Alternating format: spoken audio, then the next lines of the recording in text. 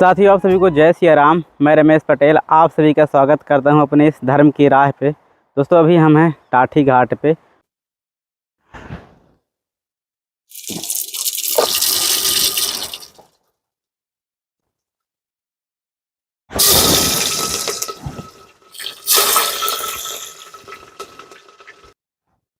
तुम मान के तो देखो। वो कहते हैं नहीं कि तुम मेरी तरफ 1 कदम चलोगे, मैं तुम्हारी तरफ 10 कदम चलूंगा। और इतिहास भरा पड़ा है, पुराणों में कथाएं भरी पड़ी हैं उनकी। वो कहते हैं ना कि दया की न होती जो आदत तुम्हारी, तो सुनी ही रहती जो मैं फिर तुम्हारी, है ना। जब उनकी दया करने की आदत नहीं होती तो उनको संसार मानता क्यों? मानता है। लेकिन फिर भी लोगों को पता नहीं क्यों नहीं समझ में आता है। हमारी जब इतनी घटनाएं हमारे समाज में घटती हैं, जब कोई भरोसा आस्था के साथ चलता है, लेकिन फिर भी जो जुड़े हुए उनसे लोग होते हैं, वो क्यों नहीं इतना समझ पाते, ना आगे चल पाते। जी, हमें तो ऐसा लगता है, जी। जो बात हम भी सोचते हैं कि आखिर में कोई ना कोई कहीं ना कहीं किसी बिंदु पे आके टिकता है और फिर क्या आएगा। जी जी कहने नहीं ठाकुर जी हैं, भगवान हैं, फलाने हैं। जी। और फिर दूसरे ही क्षण वो भूल जाता जी माँ जी। ना। जी। सदैव एक सा उसका ज्ञान नहीं रहता कि वो सदा एक सा ज्ञान उसको रहे। ये सदैव एक सा ज्ञान रहेगा, ठाकुर जी हैं, बिना उनके पत्ता नहीं हिलेगा, और जो भी होगा वो सब उनकी मर्जी से होगा। जी। तो किसी को परेशानी जीवन में होगी नहीं किसी तरीके की, नहीं। जी। तो जो माया का खेल है, एक ऐसा खेल है, उसके चक्कर में आगे आदमी भ्रमित होता है। यानी शरीर का कोई मूल्य नहीं है। मूल्य किसका है? आत्मा का है। तो जो आत्मा और परमात्मा का अंश है, आत्मा, इसीलिए तो उसका मूल्य, ये शरीर चल रहा है। अब वो आत्मा ही निकल जाएगा, ये शरीर किसी काम का नहीं, सड़ जाएगा, बदबू मारेगा। फिर भी इस शरीर को पालने के लिए हम दुनिया भर के नाटक कर रहे हैं। इस शरीर को जो बचाने के लिए देश भर के काम कर रहे हैं। इस शरीर को सुख सुविधा में रखने के लिए हम देश भर के काम कर रहे हैं। क्यों कर रहे हो? जो जानते हो कि ये बिल्कुल ही निकृष्ट चीज है, ये 2 घंटे नहीं चल सकता है। इसकी औकात नहीं है कि आत्मा इसमें से निकल जाने जो 2 घंटे भी रुक जाए, 2 घंटे के अंदर सड़ जाएगा। ये गलत कह रहा है। लेकिन फिर भी मूर्खों की तरह उसी को पाल रहे हैं। रामानुज बाबा तुलसीदास जी ने लिखा है नहीं कि जो कोई शरीर का पालन करता है वो सबसे बड़ा बेवकूफ आदमी, सबसे बड़ा मूर्ख है इस दुनिया में। इसको क्या पालना है? जो तो नष्ट ही होगा। हमें पता है ये लकड़ी तो काम में तब भी आ रही है, इसको तो फाड़ दिया तो इस पे अपन भंडारा बनाएंगे, कम से कम इसका उपयोग तो है। इसमें से आत्मा निकल जाने से इसका कोई उपयोग नहीं है। घर का बेटा भी, तुम्हारी बीवी भी नहीं इस शरीर को रखना चाहिए घर में कि ये हमारा पति था, या हमारा बाप था, या ये हमारा बाबा था। नहीं लग जाएंगे। संतुलित, हर चीज संतुलित होना चाहिए, समझ में आया। इसको इतना पालो एक नौकर की तरह। नौकर से काम लेना होता है कि नहीं? तो उसको अपन मजदूरी देते हैं कि दिले तेरी इतनी मजदूरी है, तुझे काम है, तो इसको मजदूरी की तरह उतना ही खिलाओ पिलाओ, उसको सुरक्षित रखना है तो उतना ही दाव लगते रखो। अच्छा, मतलब जो समुचित जाने का रास्ता है यही है। जब तक ये नहीं आपको समझ में आएगा तब तक आप मूर्खों की तरह भागते रहोगे। और जिस दिन ये समझ जाओगे उस दिन सारे झगड़े खत्म हो जाएंगे। जिस दिन शरीर का पालन करना छोड़ दोगे, जिस दिन आप ये जान जाओगे ये कुछ नहीं है, ये हमारा नौकर है, इससे हमें सिर्फ काम लेना है, तो नौकर से किस तरीके से व्यवहार किया जाता है उस तरीके का शरीर से व्यवहार करिए। आत्मा आत्मा मालिक है और ये शरीर नौकर है। मालिक को मालिक की तरह रहने दो। अब आत्मा को तुम नौकर बनाए घूम रहे हो, शरीर को मालिक बनाए घूम रहे हो, जबकि ऐसा संभव है नहीं। छोटे से चींटी को भी जरा हाथ लगाना एकदम भागे, उसको भी अपना शरीर प्यारा लगता है। क्यों लगता है? क्योंकि वो शरीर को छोड़ना नहीं चाहती, वो दोबारा जन्म नहीं लेना चाहती।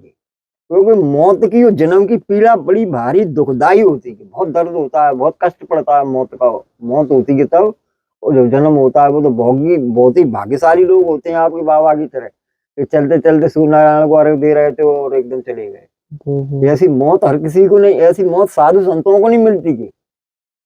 ऐसी मौत हर कोई चाहता है कि पता ना लगे चलते चलते प्रभु उठा ले। हम लोग भी यही दुआ करते हैं। लेकिन कई साधुओं को कहते हैं नहीं, बाली ने जब कहा है कि कोटि कोटि मुनि जतन कराई, अंत काल प्रभु आवत नाई, सोई राम तुम सन्मुख उठाड़े, ना। कि हम लोग सारे प्रयास किस लिए कर रहे हैं कि आखिरी में कुछ हो ना हो, जब निकले प्राण निकले तो मुंह में से राम निकल जाए, वो समय निकल जाए जिस समय आखिरी हमारी सांस जा रही हो।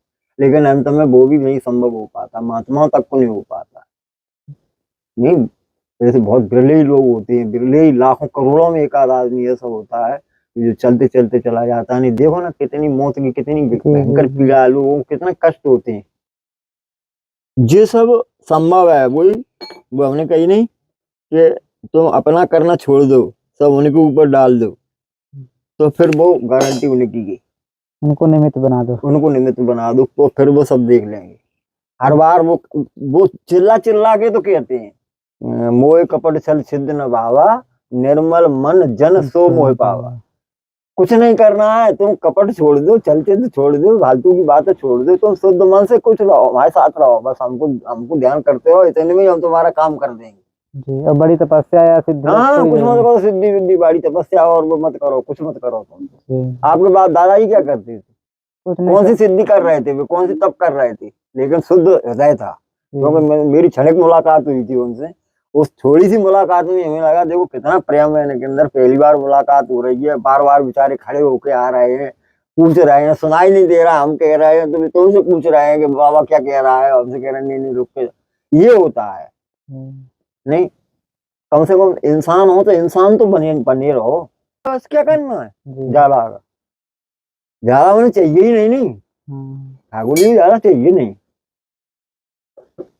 क्या करोगे तुम उनका, कितना तप करोगे तुम, जी जी जी। जो स्वयं 12 साल यहाँ तप करके गए स्वयं प्रभु, तुम क्या तप करोगे, जो वो छोड़ के आए हैं वो तुम क्या छोड़ोगे, हम उनको क्या तप दिखाएंगे, बताओ ना। राजा चक्रवर्ती सम्राट राजा दशरथ के पुत्र, और सारा राज वैभव में लात मार के और एक तपस्या के लिए जरा सी बात पे मान के चले आए, तो बताइए हम क्या त्यागेंगे, उनके मुकाबले हम क्या त्यागेंगे, रोटी से गए।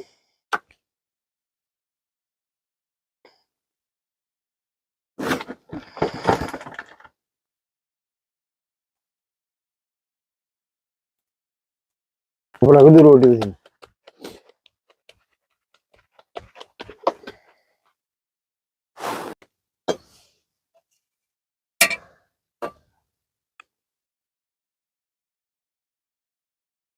कुछ ना है, जो सर बिना मतलब का झंझट आदमी अपने आप पाले फिर रहा है।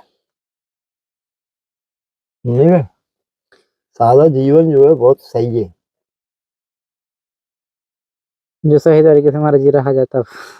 हाँ सही तरीके से रहो तब बस बात जी। पहले महाराज जी क्या होता है कि हम गलत तरीके से जीवन जीते हैं, फिर सही तरीके करने के लिए खर्चा करते हैं, तो जब सही तरीके से जिएंगे तो जरूरत ना पड़ेगी सही होने के लिए। खर्चा की जरूरत क्या है, पर पैसा लगेगा क्यों। हम महात्मा बीमार नहीं होते, बहुत कम रेयर केसेस, इसीलिए नहीं होते बीमार, है ना, ये सही तरीके से जी रहे हैं। दास नहीं होना चाहिए आदमी को, जी भौतिक वस्तु है तो प्रकृति से उत्पन्न है, उसी प्रकृति से तुम उत्पन्न हो, उसको तुम अंतिम सत्य कैसे मान सकते हो, और मानते हो तो तुम बहुत बड़े मूर्ख हो। नहीं,